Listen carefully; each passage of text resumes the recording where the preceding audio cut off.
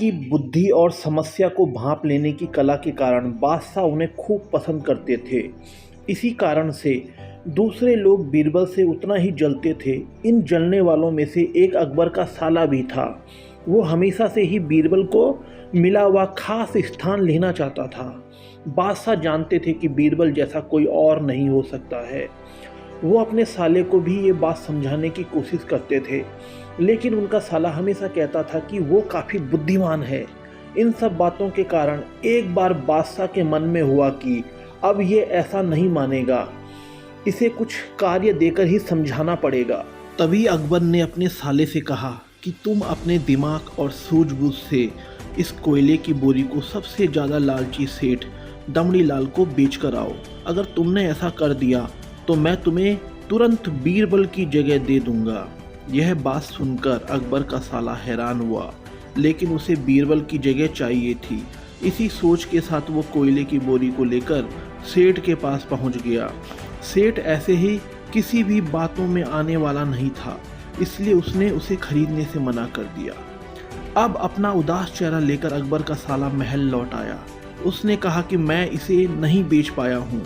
इतना सुनते ही बादशाह ने बीरबल को अपने पास बुलाया। उन्होंने अपने साले के सामने ही बीरबल से कहा कि तुम्हें सेठ दमड़ी लाल को यह कोयले की बोरी बेचनी है। बादशाह का आदेश मिलने पर बीरबल ने कहा कि आप एक बोरी बेचने के लिए कह रहे हैं, मैं उस सेठ को एक कोयले का टुकड़ा ही 10,000 में बेच सकता हूँ। यह बात सुनकर अकबर का साला दंग रह गया। अकबर ने कहा कि ठीक है, तुम एक ही कोयले का टुकड़ा बेच आओ। बादशाह का आदेश मिलते ही एक कोयले का टुकड़ा उठाकर बीरबल वहां से चले गए। उन्होंने सबसे पहले एक मलमल के कपड़े का कुर्ता अपने लिए सिलवाया, फिर उसे पहनकर अपने गले में हीरे मोती की मालाएं डाल ली और महंगे दिखने वाले जूते भी पहन लिए।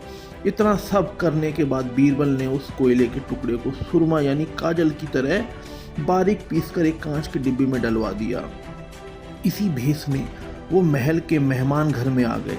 फिर बीरबल ने एक इश्तिहार दिया कि बगदाद में एक जाने माने शेख पहुंचे हैं जो जादुई सुरमा बेचते हैं। सुरमे की खासियत में बीरबल ने लिखवाया कि इसे लगाने वाला अपने पूर्वजों को देख सकता है। अगर पूर्वजों ने कोई धन छुपा कर रखा है तो वह इसका भी पता बता देंगे। बस इश्तिहार के सामने आते ही पूरे नगर में बीरबल के शेख रूप और चमत्कारी सुरमे की ही बात होने लगी। सेठ दमड़ी लाल तक भी यह बात पहुंच गई थी। उसके मन में हुआ, जरूर मेरे पूर्वजों ने धन गाड़ रखा होगा, मुझे तुरंत शेख से संपर्क करना चाहिए। इतना सोचकर दमड़ी लाल शेख बने बीरबल के पास पहुंचा। बीरबल ने जानबूझकर उन्हें पहचाना नहीं। सेठ ने शेख से कहा कि मुझे सुरमे की डिब्बी चाहिए। शेख ने जवाब दिया, बिल्कुल लीजिए, लेकिन एक डिब्बी की कीमत 10,000 रुपये है। सेठ काफ़ी चालाक था। उसने शेख से कहा कि पहले मैं सुरमा आंखों पर लगाना चाहता हूँ, उसके बाद पूर्वजों के दिखने पर ही मैं 10,000 रुपये दूंगा। शेख बने बीरबल ने कहा कि ठीक है, आपको ऐसा करने की इजाज़त है, बस आपको सुरमे की जांच करने के लिए चौराहे पर चलना होगा। चमत्कारी सुरमे का करिश्मा देखने के लिए वहां लोगों की भीड़ लग गई। तब बीरबल बने शेख जोर जोर से कहने लगे कि इस चमत्कारी सुरमे को सेठ जी लगाएंगे। अगर ये सेठ अपने माता पिता की ही औलाद हैं तो इन्हें सुरमा लगाते ही तुरंत अपने पूर्वज नजर आ जाएंगे। पूर्वज नहीं दिखे तो मतलब यह होगा कि सेठ अपने माता पिता की औलाद नहीं है।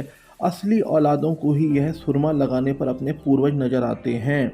यह सब कहने के बाद शेख ने सेठ की आंखों पर सुरमा लगा दिया और कहा कि आंखें बंद कर लो। सेठ ने आंखें बंद कर ली और तुरंत उन्हें देखने के लिए कहा गया, लेकिन उन्हें कोई भी नहीं दिखाई दिया। अब सेठ के मन में हुआ कि मैंने कह दिया कि मुझे कोई नहीं दिखा तो भारी अपमान हो जाएगा। इज्जत को बनाए रखने के लिए सेठ ने आंखें खोली और कहा कि हाँ, मुझे अपने पूर्वज दिख गए। इसके बाद गुस्से में लाल सेठ ने बीरबल के हाथ में 10,000 रुपये थमा दिए। अब खुश होते हुए बीरबल महल चले गए। उन्होंने कहा कि लीजिए बादशाह, एक कोयले के 10,000 रुपये, और सारा किस्सा सुना दिया। यह देखते ही बादशाह का साला मुंह बनाकर महल से चला गया। उसके बाद से उसने कभी भी बीरबल की जगह लेने की बात अकबर से नहीं कही।